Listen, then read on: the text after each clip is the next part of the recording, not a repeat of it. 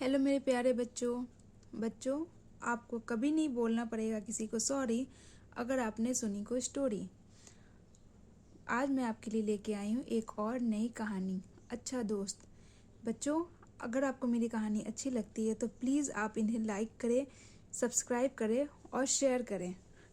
चलिए आज की कहानी शुरू करते हैं। रायगढ़ शहर में एक घर था।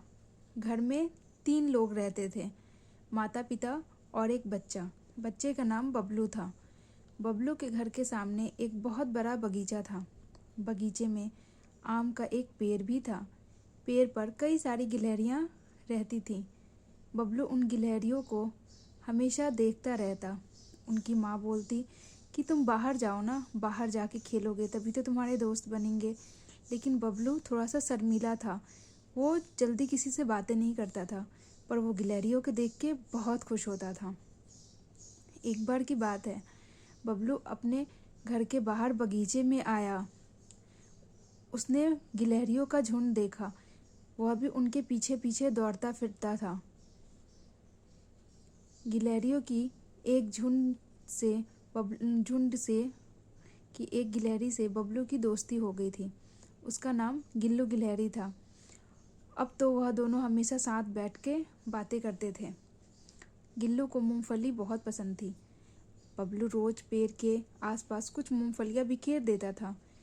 गिलहरियां तो मूंगफली लेकर उठाकर भाग जाती थी, पर गिल्लू बबलू के बिल्कुल पास आकर बैठ जाती थी।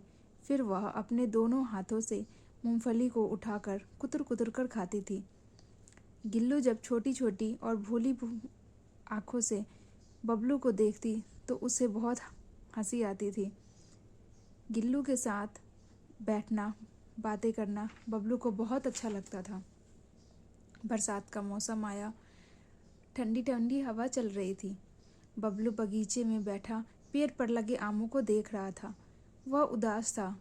गिल्लू ने देखा तो पास आकर पूछा, क्या बात है दोस्त, तुम इतने उदास क्यों बैठे हो? बबलू बोला, मुझे ये आम खाने हैं, पर मेरा हाथ इन आमों तक पहुंचता ही नहीं। गिल्लू बोली, कोई बात नहीं दोस्त, मैं आम तोड़कर लाती हूँ। इतना कहकर वह पेड़ पर चढ़ गई। उसने आम की एक डंडी कुतर कुतर कर एक आम नीचे गिरा दिया। बबलू बहुत खुश हुआ। वह नीचे से ही बोला, एक आम माँ के लिए भी तोड़ कर दे दो दोस्त।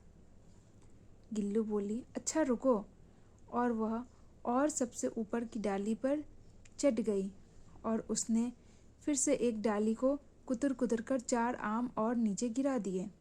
बबलू ने झटपट आम बटोर लिया और कहा, तुम मेरी सबसे प्यारी दोस्त हो गिल्लू। और ये कहते हुए बबलू अपने घर को भाग गया।